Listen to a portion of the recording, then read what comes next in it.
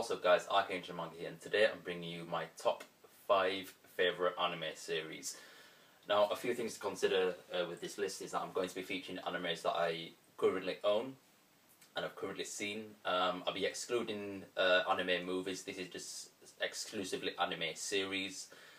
I'm not going to be including animes that I've streamed or seen like years prior before I actually owned them. Like, you won't see anything like Attack on Titan or Neon Genesis Evangelion, which I saw like years ago and didn't own it.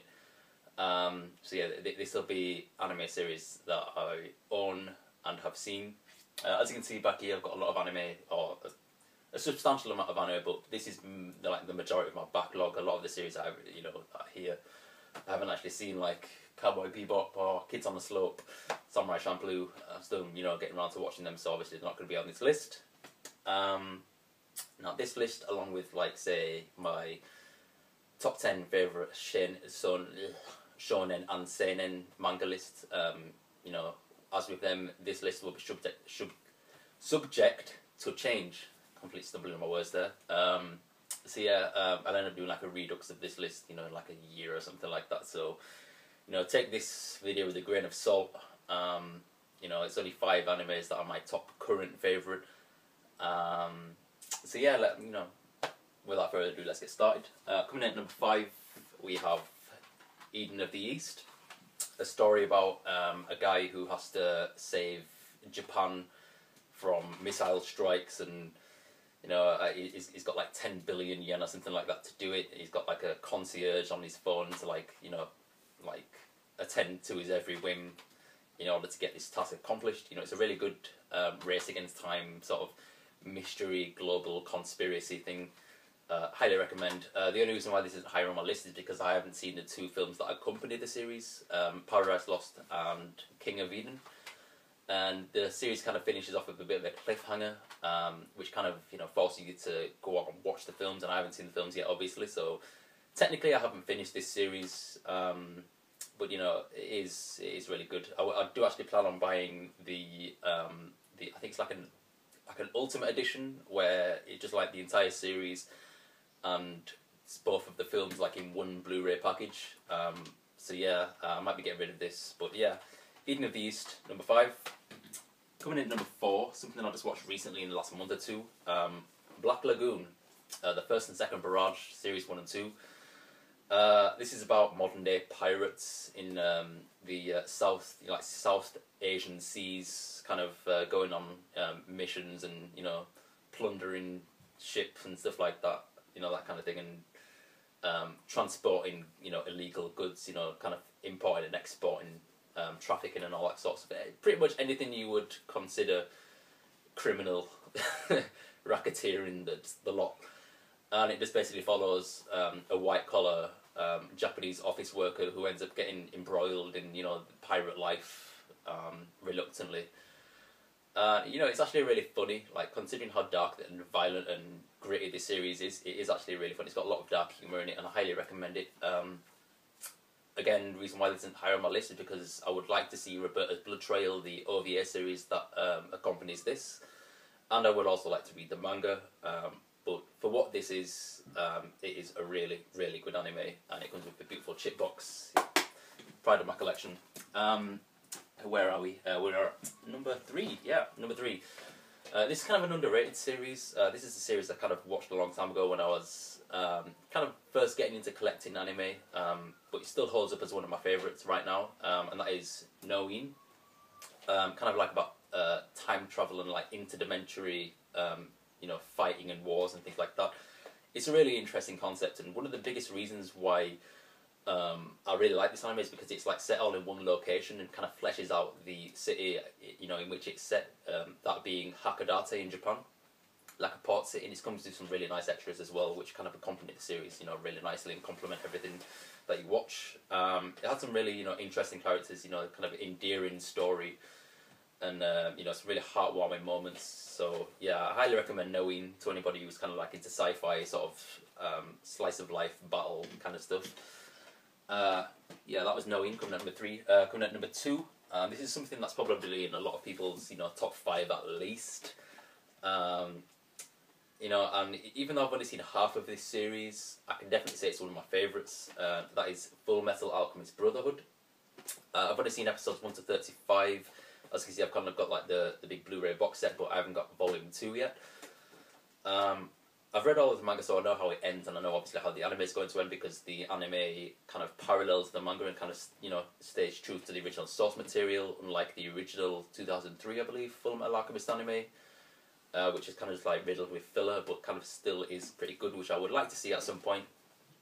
Brotherhood, on the other hand, I really enjoyed. It kind of brought about kind of new respect for Studio Bones, who animated this. You know, I really look forward any time that I know I'm going to be watching an anime series from them. I think I'm currently watching. No, wait, no. I was just going to say I'm currently watching Hunter x Hunter 2011, but that was by Madhouse. What else have I got by Bones? Whatever. That's another topic. Anyway, yeah, Full Metal Alchemist Brotherhood, about two alchemist boys trying to get back their original bodies after trying to transmute their dead mother back from the dead. But yeah, it's really good. You know, it's a classic shonen, and pretty much everybody's watched this once at least or read the manga. Yeah, Full Metal Alchemist Brotherhood. Now coming in at number 1, this is kind of debated as to whether or not to put it at number 1, because I haven't seen the entire series. But considering the fact that this series is episodic, you can kind of watch any episode and kind of understand it. And that is Mushi-shi. I am actually going to be buying the US imported save edition that has the entire series on it, because I only have the individual volumes 1, 2, 3, 5 and 6. Reason why I haven't watched the entire series, obviously, because I can't pick up volume 4, because you just can't get it anywhere, completely out of print. And obviously I don't like watch anime online unless it's streamed. So yeah, I'd rather just kind of marathon through the entire series in just like one box set. But even all them negatives considered, this is an absolute brilliant series. It's wholly unique. I think this is actually by Studio Bones. I could be wrong. I'm sure. Yeah, I'm not really sure who this is by. Studio wise, it might be by Bones. I'm not sure. I could be wrong. I'll put like a little annotation or like something in the description box, you know, when I find out. But Mushi-shi, how to describe this story? It follows a man called Ginkgo. Now, Ginkgo is what people refer to as a Mushi master.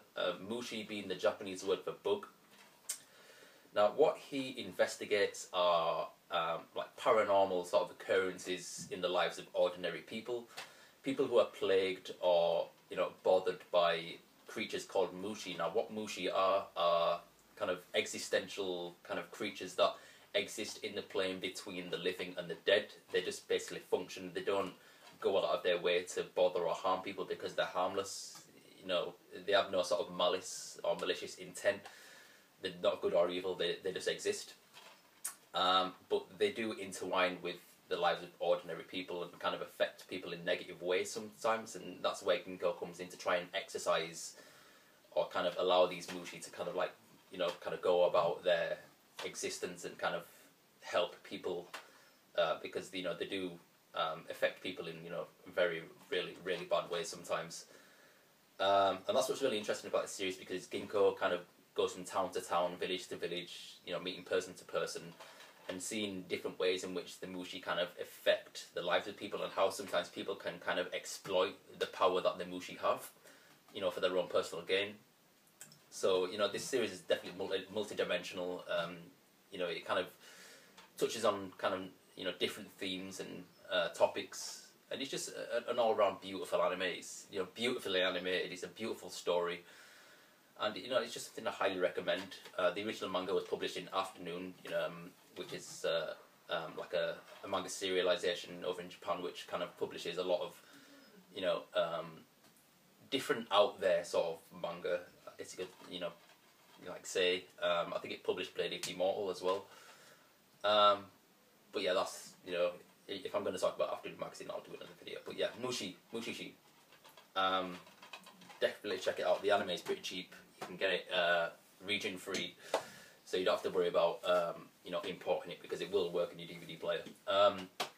But yeah, that has been my top 5 favourite anime. Don't forget to comment, rate, like and subscribe, share it with your friends, that kind of thing.